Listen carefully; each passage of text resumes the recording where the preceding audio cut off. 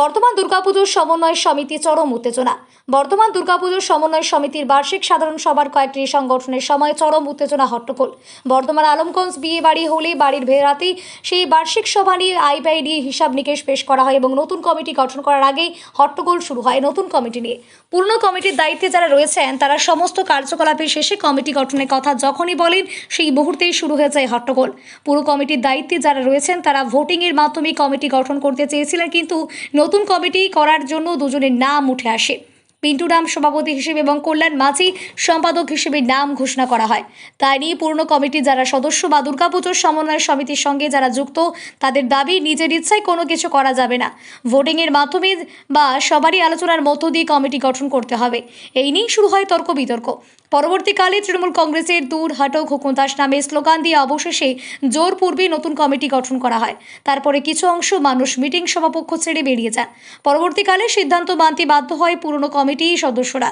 শেষমেশ কমিটির সিদ্ধান্ত বর্তমান জেলা বিজেপির মোর্চার যুব সভাপতি পিন্টু শ্যাম, বর্তমান দুর্গাপুজোর সমন্বয় সমিতির সভাপতি ও বর্তমান জেলা বিজেপির মুখপাত্র কল্যাণ মাঝি হন বর্তমান দুর্গাপুজোর সমন্বয় সমিতির সম্পাদক। প্রচুর পুজো কমিটি আমাদের মধ্যে এসেছিল, তো আমরা একটা সিস্টেম করেছিলাম যারা আমাদের মেম্বার, যাদের 2025 সাল পর্যন্ত মেম্বারশিপ আছে তাদেরকে আমরা একটা রিসিপ্ট এবং বৈধতা সেটা এবং একটা পুজো কমিটি থেকে দুজনকে আসার আমরা একটা সিস্টেম করেছিলাম।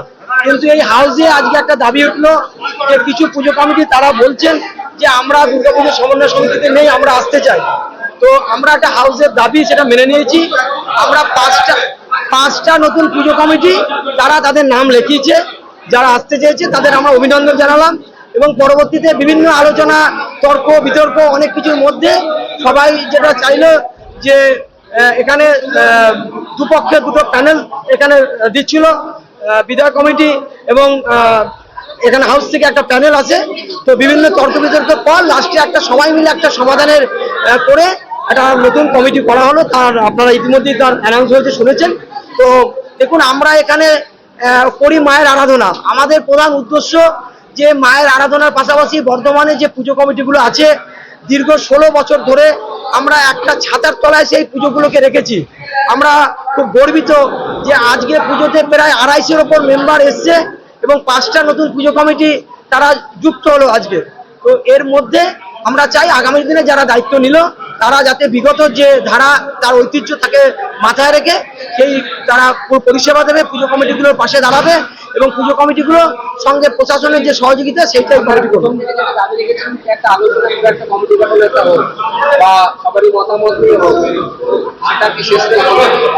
না, প্রথমে আমরা যেটা সিস্টেম আমরা চাইছিলাম যে একটা ভোটাভুটির মাধ্যমে আসুক, কেননা ভোট একটা গণতন্ত্রের একটা অন্যতম পদ্ধতি। তো সেটা একটা দেখুন সিস্টেম হয়। হাউস যদি অনেক সময় মনে করে যে সম্মতি জানায়, আপনারা দেখলেন যে বিভিন্ন তর্ক বিতর্ক একটা জায়গা তৈরি হয়েছিল, একটা হট্টগোল সৃষ্টি হচ্ছিল। তো যেটা আমরা বললাম যে এখানে তো আমাদের ভালোবাসার জায়গা এই দুর্গাপুজোর সমন্বয় সমিতি, বিশেষ করে আমরা যারা দীর্ঘ 16 বছর ধরে একটা ছোট চারা গাছকে যেভাবে বড় করে আমরা পুরনো যে কজন আছি তার মধ্যে আমি সৌভাগ্য একজন। তো আমি মনে করি এটা আমার একটা নিজের সংসার বলতে পারেন, যেটাকে আমি ছোট গাছের মতন বড় করেছি। তো আজকে একটা হট্টগোলের মধ্যে জিনিসটা নষ্ট হয়ে যাক বা একটা ভেঙে যাক সেটা আমরা কেউ চাইনি। সেই ভালো লাগা ভালোবাসা থেকে সার্বিক বর্ধমানের দুর্গাপুজো কমিটিগুলোর পরিষেবার জন্য আমরা সবাই মিলে একটা সিদ্ধান্ত নিয়েছি। সেই সিদ্ধান্তে একজন সদস্য হিসাবে আমি মেনে নিয়েছি। লাস্ট 3 বছরের যে টার্ম সেই টার্মই সম্পাদক ছিলাম। আমি দীর্ঘদিন বিভিন্ন পদ নিশ্চয়ই ছিলাম, কিন্তু লাস্ট 3 বছরই আমি মাত্র সম্পাদক ছিলাম। ফলে আর এটা একটা নিয়ম, দেখুন যে কোনো সংগঠনে পদ কখনোই চিরস্থায়ী না। পদ একজন থাকবেন আরেকজন আসবেন, পদের মানে এটা ধারাবাহিকতা।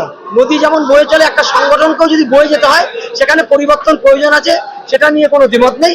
সেটা গণতান্ত্রিক পদ্ধতিতে যত বেশি হবে তত সেই কমিটি বা সেই সংগঠন তত বেশি শক্তিশালী হবে।